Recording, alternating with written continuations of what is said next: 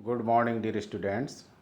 सबसे पहले आप सभी को बहुत बहुत शुभकामनाएं जो कि आप सेकेंड ईयर से प्रमोट होकर के अब थर्ड ईयर में आए हो। मैं Prakash Chandra किंकोड़, assistant professor zoology. मैं आपको थर्ड ईयर का जूलॉजी का फर्स्ट पेपर पढ़ाऊंगा और उसी फर्स्ट पेपर का आज हमारा स्टार्टिंग टॉपिक रहेगा इम्यून सिस्टम, प्रतिरक्षा तंत्र। तो आज हम इस वीडियो में immunology, immunity, immune system, defence system, first line of defence system, second line of defence system, third line of defence system, तो इस तरीके से हम इम्यूनोलॉजी के बारे में इस पूरे वीडियो में डिटेल से पढ़ेंगे। तो चलो शुरुआत करते हैं कि ये इम्यूनिटी होती क्या है, इम्यूनोलॉजी क्या होता है। तो सबसे पहले हम इम्यूनोलॉजी पे फोकस करते हैं। तो इम्यूनोलॉजी जो है वो आपके जंतु विज्ञान की, प्राणी शास्त्र की एक शाखा है और इस शाखा में हम इम्यूनिटी के बारे में अध्ययन करते हैं, इम्यून सिस्टम के बारे में अध्ययन करते हैं। जो इम्यून सिस्टम हमारा होता है, अब ये इम्यून सिस्टम क्या है, इम्यूनिटी क्या है, हम धीरे धीरे आगे इन चीज़ों को सीखेंगे। एक्चुअल में इम्यून सिस्टम का मतलब वो सिस्टम जो कि आपको रोगों से बचाता हो, रोगों, आपके शरीर का वो सिस्टम जो रोगों से लड़ता हो और आपको बीमार होने से बचाता हो, वो सिस्टम आपका इम्यून सिस्टम कहलाता है।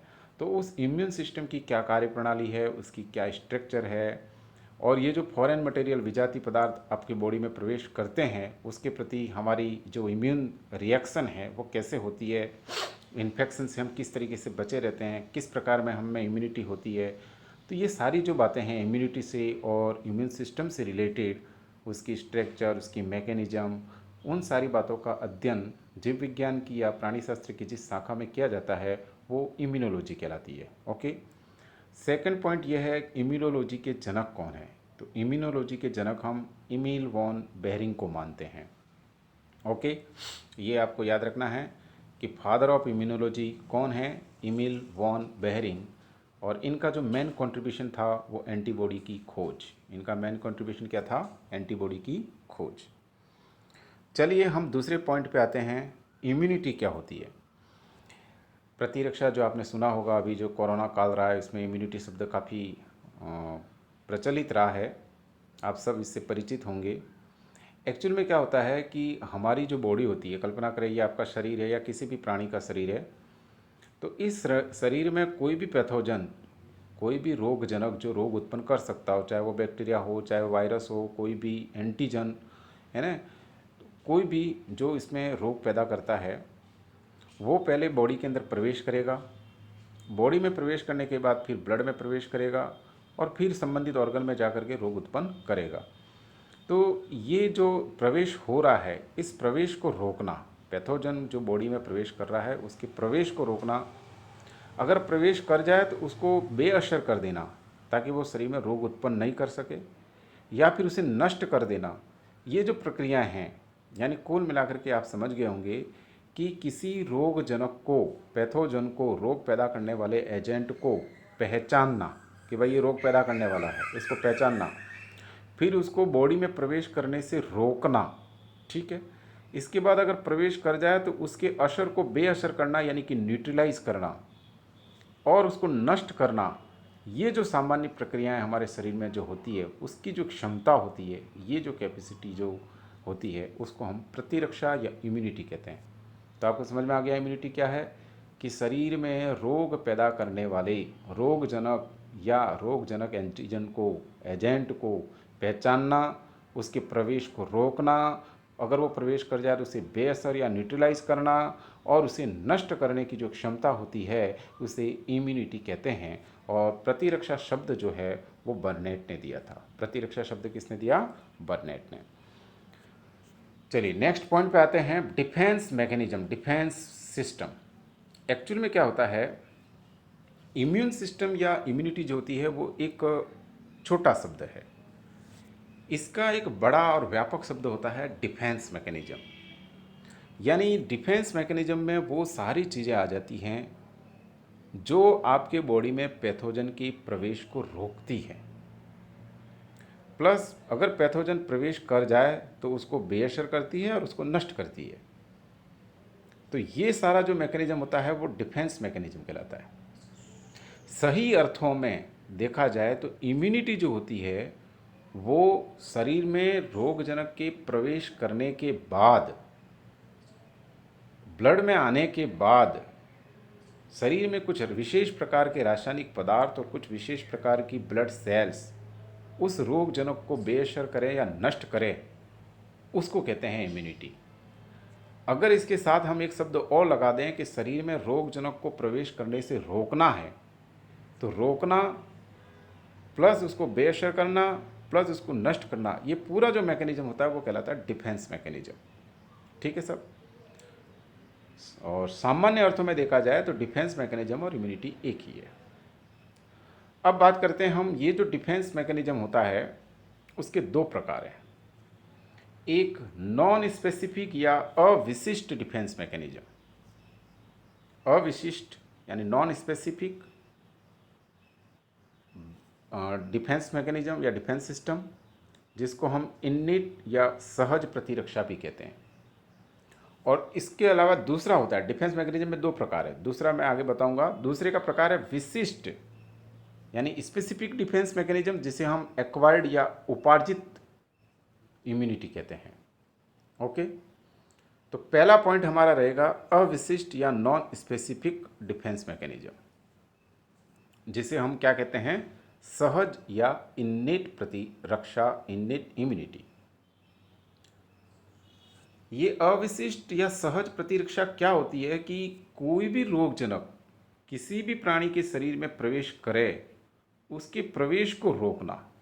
अब आपकी बॉडी है, आप जिस इन्वायरमेंट में रहते हो उसमें लाखों करोड़ों की संख्या में बैक्टीरिया और वायरस हवा में घूम रहे हैं, वो आपकी श्वास के साथ अंदर जा रहे हैं, वो आपकी त्वचा पे भी अटैक कर रहे हैं। अगर आपकी त्वचा नहीं होती तो वो सीधा आपकी बॉडी में प्रवेश कर जाती। समझ में आ रही है बात? तो हम जिस भी इन्वायरमेंट में रहते हैं वहाँ लाखों करोड़ों बैक्टीरिया है, वायरस है, ऐसे रोगजनक जो हैं वो रहते ही रहते हैं, और वो हमारे शरीर में और हमारे शरीर के ऊपर अटैक करते ही रहते हैं। लेकिन ये हमारे शरीर में प्रवेश नहीं कर पाती या फिर हमारे ब्लड में प्रवेश नहीं कर पाती। उनको रोकने का एक जनरलाइज्ड सिस्टम होता है। तो वो जो जनरलाइज्ड रेस्पॉन्स सिस्टम होता है जो हमारे शरीर में पैथोजन को प्रवेश करने से रोकता है, रोगजनक को हमारी बॉडी में स्पेशली हमारे ब्लड में प्रवेश करने से जो रोकता है, उसे इसमें शामिल करते हैं सहज प्रतिरक्षा में। जैसे त्वचा जो होती है वो आप अभी मैंने बताया कि भाई हवा में हजारों लाखों जीवाणु हैं, वायरस हैं, लेकिन वो आपकी बॉडी में प्रवेश नहीं करेंगी क्योंकि त्वचा एक प्रोटेक्टिव, एक डिफेंस ऑर्गन है। ओके,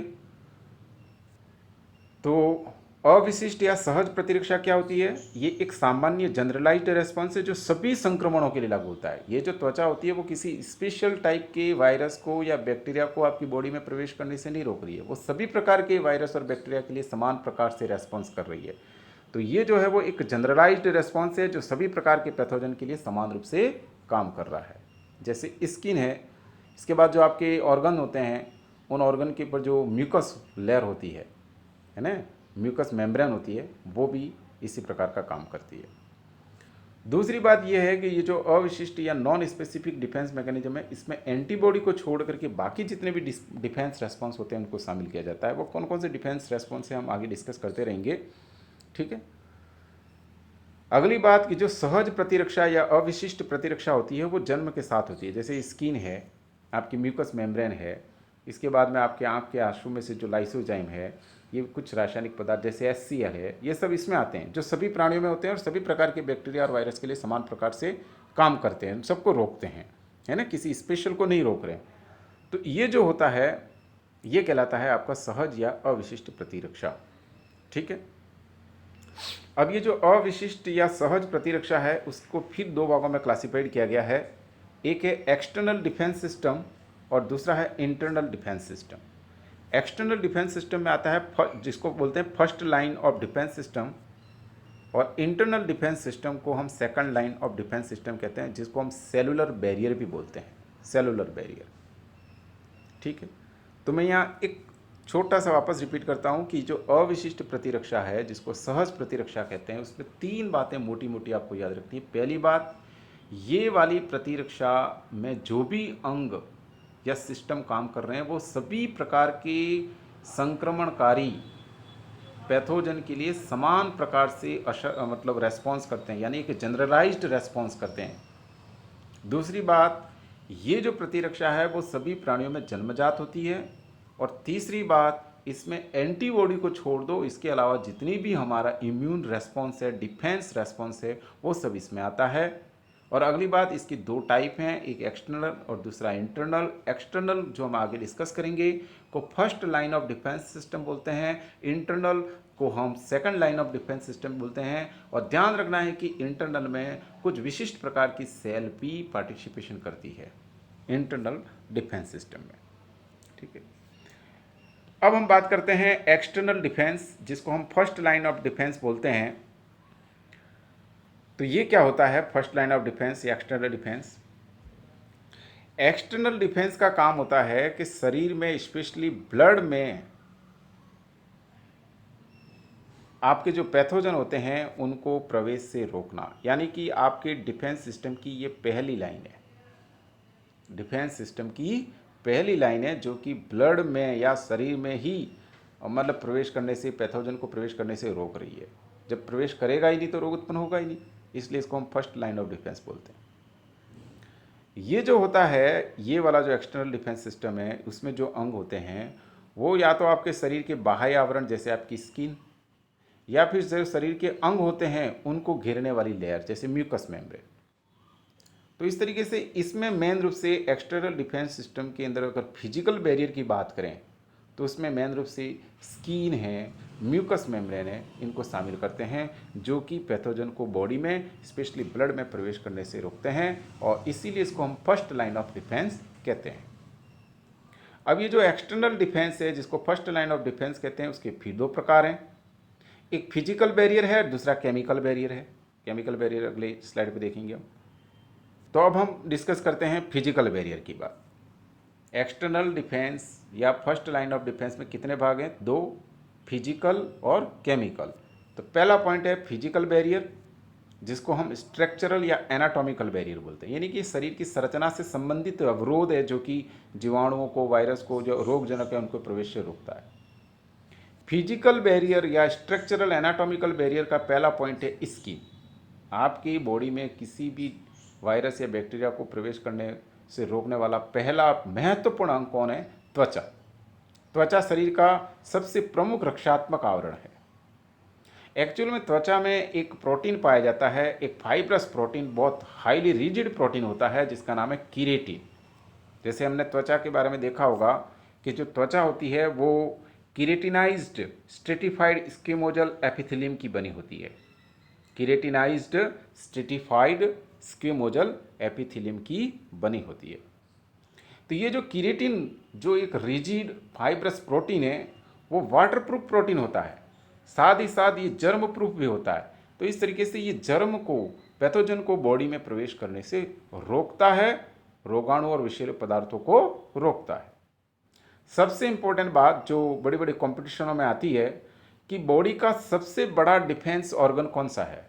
बॉडी का सबसे बड़ा डिफेंस ऑर्गन है स्किन, इंटैक्ट स्किन, बिना कटी फटी स्किन, जिसको इंटैक्ट स्किन कहते हैं, वो शरीर का सबसे बड़ा डिफेंस ऑर्गन है। ठीक है, जैसे आपने पढ़ा होगा शरीर का सबसे बड़ा अंग कौन सा है? ध्यान रहे, लीवर शरीर का सबसे बड़ा अंग नहीं है, शरीर का सबसे बड़ा अंग है त्वचा। लीवर शरीर की सबसे बड़ी ग्लैंड है। Okay, now the next point, ये जो आपका एक्सटर्नल डिफेंस सिस्टम है उसके अंदर जो फिजिकल बैरियर है, उस फिजिकल बैरियर का पहला पॉइंट था त्वचा और दूसरा पॉइंट है म्यूकस मेम्ब्रेन, श्लेष्मा झिल्ली। श्लेष्मा झिल्ली जो होती है आपके शरीर के अंदर के जो सिस्टम है, जैसे रेस्पिरेटरी सिस्टम जिसमें नाक है, ब्रोंकाइल्स है, ट्रेकिया है, इसके अंदर गैस्ट्रोइंटेस्टाइनल ट्रैक्ट में, यूरिनोजेनिटल ट्रैक्ट में, इसके बाद आपके आँख की जो कंजक्टिवा है, आई बॉल की जो एक्सपोज्ड पार्ट जिस है ना, उसमें या उन सब के ऊपर एक लेयर के रूप में म्यूकस मेम्ब्रेन श्लेष्मा झिल्ली पाई जाती है। ये जो लेयर है आपके शरीर के अंदर के अंगों पे पाई जाती है, gastro intestinal tract, urinogenital tract, respiratory tract, यहाँ पर पाई जाती है। और ये ट्रैक्ट आपके शरीर के अंदर भोजन के साथ या पानी के साथ जो भी बैक्टीरिया या वायरस प्रवेश कर गए हैं उनको उन ऑर्गन में या ब्लड में प्रवेश करने से रोकती है। कौन? म्यूकस मेम्ब्रेन, यानी एक फिजिकल बैरियर के रूप में, एक भौतिक अवरोध के रूप में कार्य करती है। कौन? Mucus membrane. एक्चुअल में ये जो म्यूकस मेम्ब्रेन होती है वो होती क्या है? ये एक एपिथेलियम तथा कनेक्टिव टिश्यूज की बनी हुई लेयर होती है। किसकी बनी होती है? एपिथेलियम और कनेक्टिव टिश्यूज की। ठीक है। केमिकली अगर हम देखें, जो हम आगे देखेंगे कि म्यूकस मेम्ब्रेन से म्यूकस निकलता है और वो म्यूकस जो होता है वो बैक्टीरियल इनको सबको ट्रैप कर लेता है, उनको फंसा देता है। जैसे आपके श्वसन तंत्र की बात करें तो श्वसन में जैसे नाक के अंदर जो एक श्लेष्मा होता है, गाढ़ा गाढ़ा पदार्थ, अब आप जो श्वास ले रहे हो उसमें लाखों प्रकार के जीवाणु जाते हैं, मैंने अभी बताया था।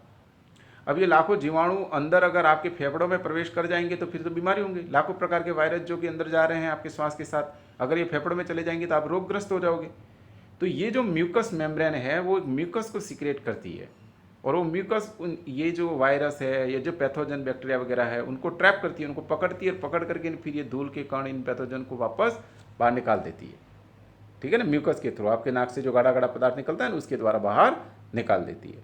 तो इस तरीके से रोका इसने, एक भौतिक अवरोध बना। कौन बना? Mucous membrane. तो इस तरीके से जो आपका एक्सटर्नल डिफेंस सिस्टम है उसका जो पहला पार्ट है फिजिकल बैरियर, जिसको हम स्ट्रक्चरल या एनाटॉमिकल बैरियर भी कहते हैं, उसमें दो बातें हो गई, पहली स्किन और दूसरी म्यूकस मेम्ब्रेन। अब बात करते हैं हम एक्सटर्नल डिफेंस सिस्टम के दूसरे पॉइंट। पहला फिजिकल बैरियर था, अब दूसरा पॉइंट है केमिकल बैरियर। केमिकल बैरियर को हम फंक्शनल या फिजियोलॉजिकल बैरियर भी बोलते हैं और फिजिकल बैरियर को हम क्या कहते थे? स्ट्रक्चरल या एनाटॉमिकल बैरियर। ओके।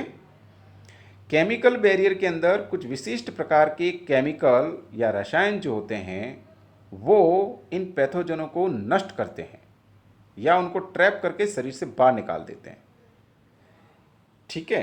तो केमिकल बैरियर में आता है स्किन से निकलने वाले केमिकल, म्यूकस मेम्ब्रेन से निकलने वाले केमिकल, विभिन्न प्रकार की जो बॉडी के अंदर ग्लैंड्स होती है उससे निकलने वाले केमिकल, जैसे बाइल जूस, जैसे हाइड्रोक्लोरिक एसिड, है ना, ये सारे केमिकल जो होते हैं वो इस केमिकल बैरियर में आते हैं, जो कि पैथोजन को ब्लड में या बॉडी में प्रवेश करने से, बॉडी के ऑर्गन में प्रवेश करने से रोकते हैं। तो केमिकल बैरियर का पहला पॉइंट है स्किन। जैसा कि हमने देखा कि स्किन जो है वो शरीर का सबसे बड़ा डिफेंस ऑर्गन है, फिजिकल बैरियर के रूप में तो काम करता ही है। इसके अलावा स्किन के अंदर हम जानते हैं कई प्रकार की ग्लैंड्स पाई जाती है, जैसे स्वेट ग्लैंड्स, जैसे सीडोरिफेरस ग्लैंड्स भी बोलते हैं, जैसे ऑयल ग्लैंड्स, जैसे हम सीबेसिस ग्लैंड्स भी बोलते हैं। तो ये जो स्वीट ग्लैंड है, ऑयल ग्लैंड है, इनसे निकलने वाले जो केमिकल होते हैं वो बैक्टीरिया या विभिन्न प्रकार के जो पैथोजन होते हैं उनकी ग्रोथ को रोकते हैं, उनको बॉडी के ऑर्गन के अंदर प्रवेश करने से रोकते हैं, उनको नष्ट करते हैं। ठीक है। जैसे हम पसीने के बारे में बात करें, अगर स्वेट ग्लैंड या सीडोरिफेरस ग्लैंड के बारे में बात करें, तो ये जो पसीना होता है वो त्वचा की पीएच को थोड़ा सा अम्लीय बनाता है। त्वचा की पीएच को कैसा बनाएगा? थोड़ा सा एसिडिक बनाएगा। और एसिडिक पीएच जो होता है वो बैक्टीरियल ग्रोथ को रिड्यूस करता है, कम करता है। तो इस प्रकार से केमिकल बैरियर के रूप में काम कर रहा है स्किन। किसके थ्रू? कुछ ग्लैंड के निकलने वाले केमिकल के थ्रू, जैसे सीडोरिफेरस ग्लैंड से निकलने वाले पसीना, ऑयल ग्लैंड जैसे सीबेसिस ग्लैंड से निकलने वाला ऑयल। ओके। अब हम बात करते हैं नेक्स्ट, म्यूकस मेम्ब्रेन।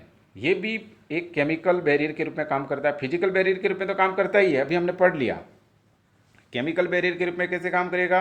अभी हमने देखा कि जो म्यूकस मेम्ब्रेन होती है उससे म्यूकस निकलता है, म्यूकस का सिक्रेशन होता है, और म्यूकस क्या करेगा?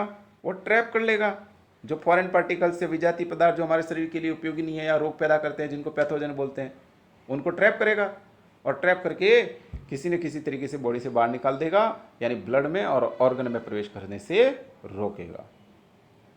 थर्ड नंबर का जो केमिकल बैरियर है वो है lysozyme. It's a very important.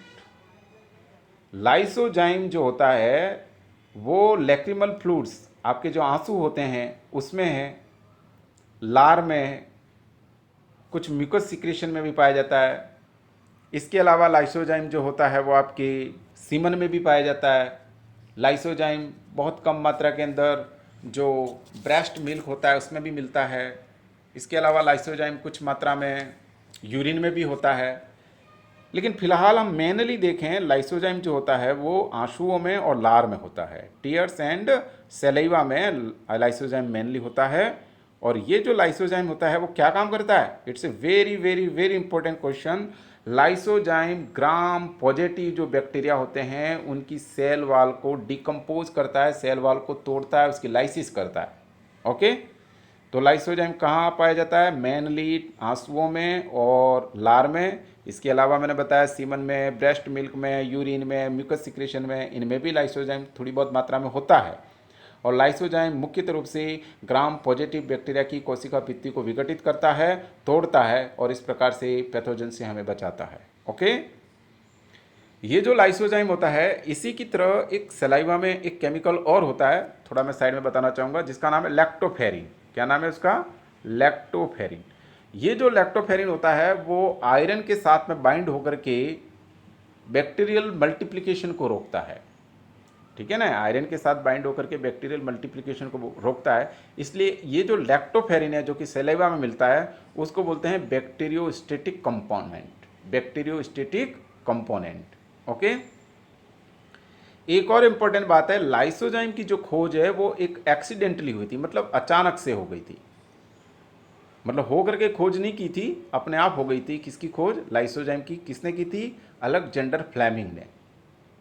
और जब भी विज्ञान में कोई ऐसी खोज जो कि एक्सीडेंटली हो, अचानक हो, अपने आप हो, ठीक है ना, ऐसी खोज को हम क्या कहते हैं? सेरेंडिपिटी। क्या बोलते हैं? सेरेंडिपिटी। ठीक, तो चलिए ये लाइसोजाइम की बात हो गई। इसके बाद हम बात करते हैं HCl, hydrochloric acid. Hydrochloric acid का जो सिक्रेशन होता है वो कहाँ से होता है? जो आपकी स्टोमक है, आमाशय में गैस्ट्रिक ग्लैंड्स पाई जाती है। गैस्ट्रिक ग्लैंड्स के अंदर सेल्स होती है, उनमें से एक सेल होती है जिसका नाम है ऑक्जेंटिफाइक सेल। वो जो ऑक्जेंटिफिक सेल होती है उसी का दूसरा नाम है पेराइटल सेल। तो ये जो है HCl वो कहाँ से निकल रहा है? ऑक्जेंटिक सेल या पेराइटल सेल से निकलता है। और ये जो है हाइड्रोक्लोरिक एसिड आपके भोजन के साथ में, आपके पानी के साथ में जो बैक्टीरिया या पैथोजन प्रवेश कर रहे हैं उनको तोड़ता है, उनको नष्ट करता है। ओके, जो टाइफाइड बैक्टीरिया होता है, सॉल्मोनेला टाइफी की अगर बात करें हम स्पेशली, क्योंकि हम जो अभी पढ़ रहे हैं वो कौन सा डिफेंस सिस्टम पढ़ रहे हैं? हम पढ़ रहे हैं जनरलाइज्ड रेस्पॉन्स वाला डिफेंस सिस्टम। ठीक है, नॉन स्पेसिफिक डिफेंस सिस्टम। यानी इसमें जो हाइड्रोक्लोरिक एसिड काम कर रहा है वो सभी बैक्टीरिया के लिए काम करता है। जो भी आपने भोजन और पानी ग्रहण किया उसमें जो भी बैक्टीरिया है, जो भी पैथोजन है, उन सब के लिए हाइड्रोक्लोरिक एसिड जो होगा वो एक केमिकल बैरियर के रूप में काम करेगा। एक स्पेशल टर्म्स यहाँ मैं बताना चाहूँगा, टाइफाइड का बैक्टीरिया सॉल्मोनेला जो टाइफी होता है, सॉल्मोनेला टाइफी जो होता है उसमें HCl बहुत प्रभावी है। हाइड्रोक्लोरिक एसिड उसको तोड़ता है, रोकता है। अगर कोई व्यक्ति लगातार एंटी एसिड दवाई ले रहा है, यानी कि एसिडिटी वगैरह हो जाती है, दवाई लेते हैं एंटी एसिड दवाई, तो अगर कोई व्यक्ति लगातार एंटी एसिड दवाई ले रहा है तो उसमें फिर हाइड्रोक्लोरिक एसिड की मात्रा कम हो जाएगी। तो ऐसी स्थिति में वो टाइफाइड के प्रति ज़्यादा सेंसिटिव है, ज़्यादा संवेदनशील है, उसको टाइफाइड होने की संभावना ज़्यादा है। जैसे कि हम जानते हैं टाइफाइड को कौन सी बीमारी कहते हैं? इंट्रिंसिक या इंटेस्टाइनल फीवर। अब बात करते हैं हम नेक्स्ट केमिकल बैरियर की। हम केमिकल बैरियर के बारे में बात कर रहे हैं ना। केमिकल बैरियर में फर्स्ट स्किन, फिर म्यूकस मेम्ब्रेन, म्यूकस मेम्ब्रेन के बाद लाइसोजाइम, लाइसोजाइम के बाद HCl, HCl के बाद में अगला आपका केमिकल बैरियर है जो कि पैथोजन को नष्ट करता है, वो है लैक्टिक एसिड। जो फीमेल की वेजाइना होती है, फीमेल की वेजाइना में एक स्पेशल टाइप की बैक्टीरिया पाए जाते हैं जिसको बोलते हैं लैक्टोबैसिलस एसिडोफिलस। ये लैक्टोबैसिलस एसिडोफिलस बैक्टीरिया जो होते हैं वो ग्लाइकोजन को लैक्टिक एसिड में कन्वर्ट करते हैं। ठीक है, और ये जो लैक्टिक एसिड होगा वो वेजाइना की पीएच को एसिडिक बनाएगा, और जब वेजाइना का पीएच एसिडिक होगा तो वहाँ पर बैक्टीरिया की ग्रोथ और मल्टीप्लिकेशन नहीं हो पाएगा और इस तरीके से संक्रमण नहीं होगा। ओके, यानी संक्रमण की संभावना को कम करता है। समझ में आ गई बात? तो ये कौन सा हो गया? Lactic acid. लैक्टिक एसिड के बारे में हमने क्या देखा? ये फीमेल की वेजाइना में लैक्टोबैसिलस एसिडोफिलस बैक्टीरिया पाए जाते हैं ग्लाइकोजन को लैक्टिक एसिड में बदलते हैं। लैक्टिक एसिड की वजह से वेजाइना का पीएच एसिडिक हो जाएगा और इस वजह से वहाँ पर बैक्टीरियल इन्फेक्शन की संभावना कम होगी। ठीक है। इसमें एक बात बताना चाहूँगा मैं आपको कि कभी कभी क्या होता है, इंटरकॉर्स के बाद में एक डूसिंग मैकेनिज्म अपनाई जाती है कॉन्ट्रासेप्शन को रोकने के लिए, मतलब एक कॉन्ट्रासेप्शन के रूप में। ठीक है ना, कॉन्ट्रासेप्शन मतलब गर्भ निरोधक के रूप में एक डूसिंग मेथड अपनाया जाता है, जिसमें वेजाइना को कुछ मतलब एल्केलाइन या सीमनसाइडल केमिकल्स के थ्रू केमिनोफोर वगैरह के धोया जाता है ताकि गर्भ नहीं ठहरे, गर्भ निरोधक के रूप में उसको उपयोग में लाया जाता है। तो अगर इस तरीके से आप एल्केलाइन केमिकल को लगातार उपयोग में ला रहे हैं तो इसका अर्थ ये हुआ कि वहाँ पर एसिडिटी कम होगी, यानी कि वहाँ अम्लता कम होगी, तो ऐसे में बैक्टीरियल ग्रोथ बढ़ सकता है, संक्रमण ज़्यादा हो सकता है। ओके। इसके अलावा भी कुछ केमिकल बैरियर के होते हैं, जैसे एक सीरोमिन। सीरोमिन जो होता है, जिसको हम ईयर वैक्स कहते हैं, वो भी आपके कान में संक्रमण को रोकता है। जैसे बाइल जूस, पित्तरस, है ना। पित्तरस कहाँ से निकलता है? ये पित्तरस का निर्माण होता है आपके लीवर में और ये आपकी गॉल ब्लैडर में जा करके जमा होता है ना। वसा के यानी कि जो फेट होती है उसके इमल्सिफिकेशन में काम आता है। तो ये भी एक तरीके से आपके केमिकल बैरियर के रूप में काम करता है। तो चलिए, आज का हमारा टॉपिक यहाँ पर ये वीडियो यहीं ख़त्म होता है। इस वीडियो में हमने इम्यून सिस्टम, इम्यूनिटी, इम्यूनोलॉजी, इन सब टर्म्स को समझा। इसके बाद हमने डिफेंस सिस्टम के अंदर हमने जो नॉन स्पेसिफिक या जनरलाइज्ड डिफेंस सिस्टम होता है, उसका जो पहला पार्ट है, ठीक है ना, एक्सटर्नल डिफेंस, उस एक्सटर्नल डिफेंस को यानी हमने समझा है, जिसको हम फर्स्ट लाइन ऑफ डिफेंस कहते हैं। उसके अंदर फिजिकल और केमिकल दोनों बैरियर्स को पढ़ा। अगले वीडियो में हम पढ़ेंगे इंटरनल डिफेंस या cellular line of defence, sorry second line of defence या सेलुलर बैरियर। ठीक है। Thank you.